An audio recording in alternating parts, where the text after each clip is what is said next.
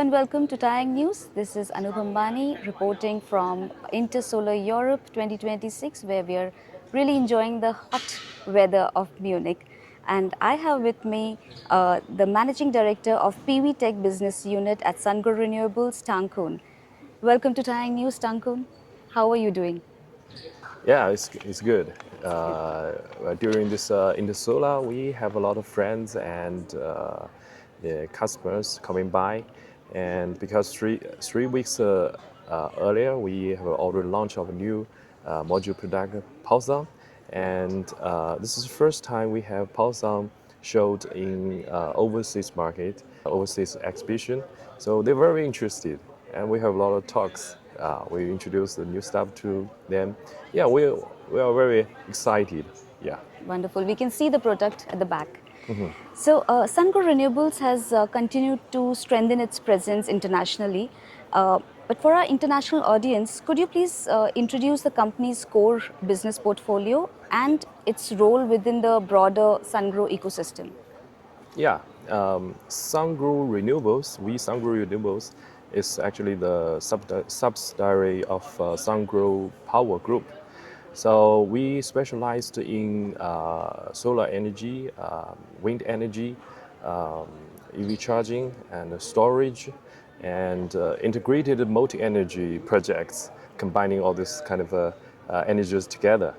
And we, Sungrow Renewables, offer end-to-end solutions to our project customers. And actually, from in the beginning, from the technical research, project investment, and development, through the project design and construction, all the way to the final project operation and maintenance. So our business actually covers from large, medium to small PV power plants, as well as distributed mini power plants. Yeah, and in the last 13 years, actually we have already installed over 59 gigawatt power plants in terms of solar energy and wind energy. Okay.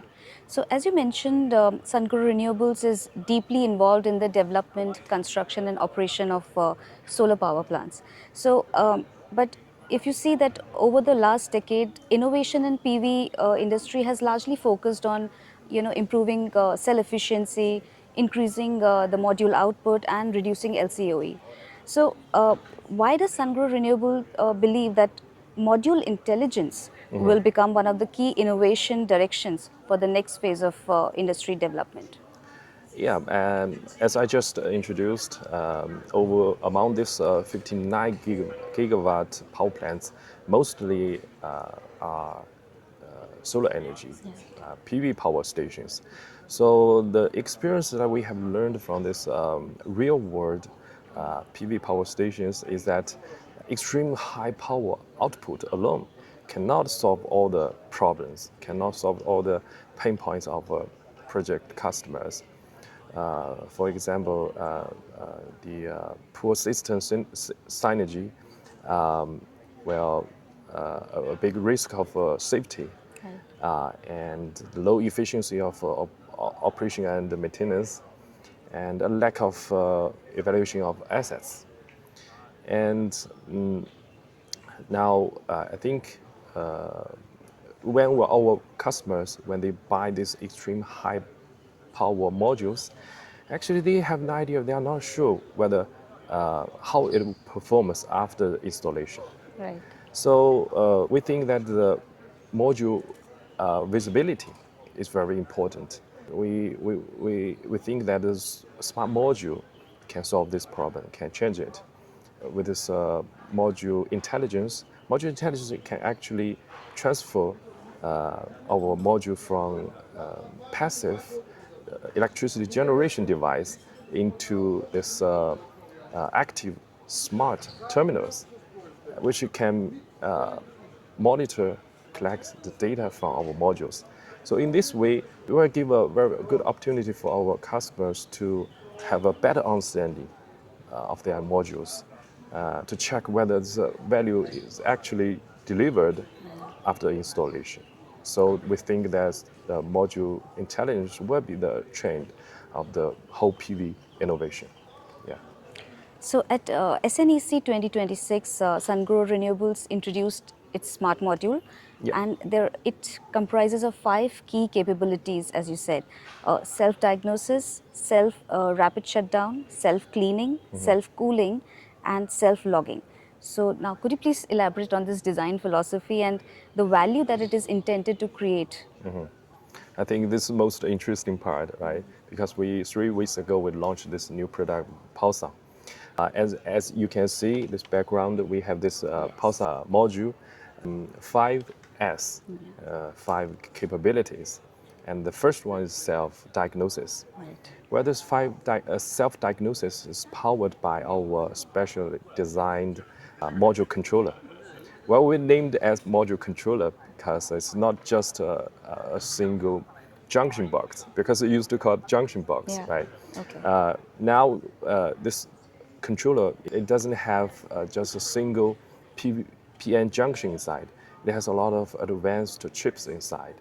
So with these chips, with this controller, we can collect all the kind of data from our modules, such as the current, the voltage, the temperature, and with all this kind of data, we can monitoring and analyze the status of our modules. And you know why we named it as Pulsar? Because all this kind of data, just like the pulse of a human being, right? Right. So in traditional Chinese medicine, there's also a way to heal the patient is to feel the pulse. So it's exactly the metaphor that we want to use. We want to feel the pulse of our modules. So that's the Very reason why we named interesting. it Quite Pulsar. interesting. Yeah. And besides, the AI algorithm can help us to analyze, to do the final decision, and help us to make the operation and the maintenance much easier. The cost will be lower. Yeah. So this is self-diagnosis. And second is self-RSD. Right. Actually, RSD means rapid shutdown. I think a lot of people are familiar with kind of function. And for us, we have two kinds of RSD.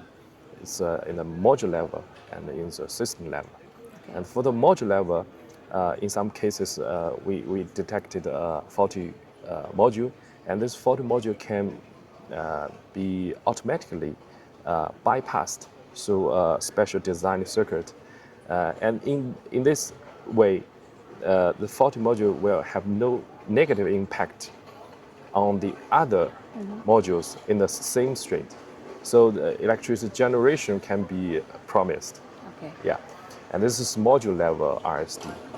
And for the system level RSD, well, in some cases of emergency, then the whole system will be shut down very quickly.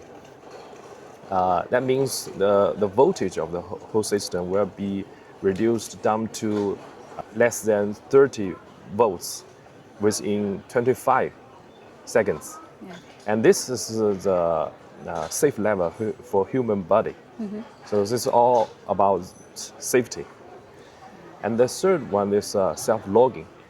Well, self-logging means we will record all kinds of information, all kinds of data of our modules. For example, the manufacturer information, like the manufacturer, the manufacturer parameters, the date, and also some non-sensitive but very useful information, like the EL images, Okay. like the IV curve. Right. Those like the body check Yeah. of for our modules, and this is what built a very trusty connection between us and our customers. So the quality of this module can be trusted. And also, this kind of information is not just available for the owner of the PV plants, but it's also available and useful for the other people, like the whole financing system, for the insurance companies. This kind of data will help them to have evaluation of the assets.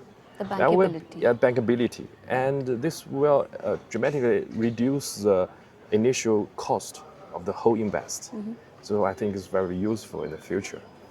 So this is self-logging, and the third one and the fifth one is self-cooling and self-cleaning. Cleaning. Right. So we combined this nanoscale super hydrophilic surface treatment technology with this self-researched silver aunt cooling technology together. We combine these two kind of technologies together to reduce the loss caused by heat and dust. So this kind of technology can improve the total electricity generation up to 6% maximum. Okay. Yeah. Well, it depends on the environment of the real world plants. Right. If you have more dust, if the heat is too high, then this kind of improvement will be higher. Yeah. So those are the 5S capabilities, and I think the key idea of this 5S, 5 capabilities to we want to make our modules smarter, safer, Yeah. and more efficient. As we all know, we as a PV plant developer and investor, we are the closest to our customers' needs, right? And in some of this self-owned project, we are customers ourselves. So it gives us an unique perspective to find out what truly creates value and what kind of problems should really be solved in the real world plants. So I think we're gonna play we want to play a very pioneering role in this digital transformation of of modules, and this is also the reason why we have already worked with our partners to launch a white paper of smart module and to build shared understanding in this PV industry. Yeah. Okay. So right now, I believe that Sungrow Smart Module is, primarily being deployed in Sungrow Renewables projects Yeah. exclusively. So do you see any opportunities that it will be introduced to the international market in the future? And what, if I may add to that question, what are the key challenges, whether technological, commercial, or ecosystem related, that still need to be addressed before smart modules can achieve large scale adoption? Yeah, I think I already seeing a great opportunity for the smart module in the global market. But firstly, yeah, surely we want to first use smart module in our own projects. And we believe that the best way to prove a new technology is to use it yourself first, right? And fortunately, we have a large number of projects all around the world, so it gives us opportunity to use it first. I think if we don't have this kind of confidence to use this smart module first, then I think it's pretty hard to expect the others to do so, right? And at the same time, we have already worked with our supply chain partners to make sure that the quality of the smart module, I think a lot of the customer were concerned about that. Yeah, the quality of the smart module won't be an issue to our customers. So talking about the challenge, I think the most challenging thing in the future for smart module is how to quantify the value of intelligence. Because for the intelligence itself, it doesn't have any value. It's not valuable. It's just a word. So it only matters if it can really deliver value to our project customers. Yeah. So I think this is the challenge we need to deal with. And with the smart module, we can have this chance to quantify the value of the intelligence, whether it can bring us higher yield rate electricity generation yield, whether it can bring us a safer operation, and whether it can bring us lower operation and maintenance costs, and also optimized asset management. So I think, yeah, we're gonna face these challenges, but I think we can deal with it. And I think the module intelligence will be the future trend. Yeah. That's a nice note to end this with. Thank you so much for taking time out to talk to Tang News. Thank you so much, Thank, and all the best for Pulson. thank you. Thank Yeah, you. my pleasure.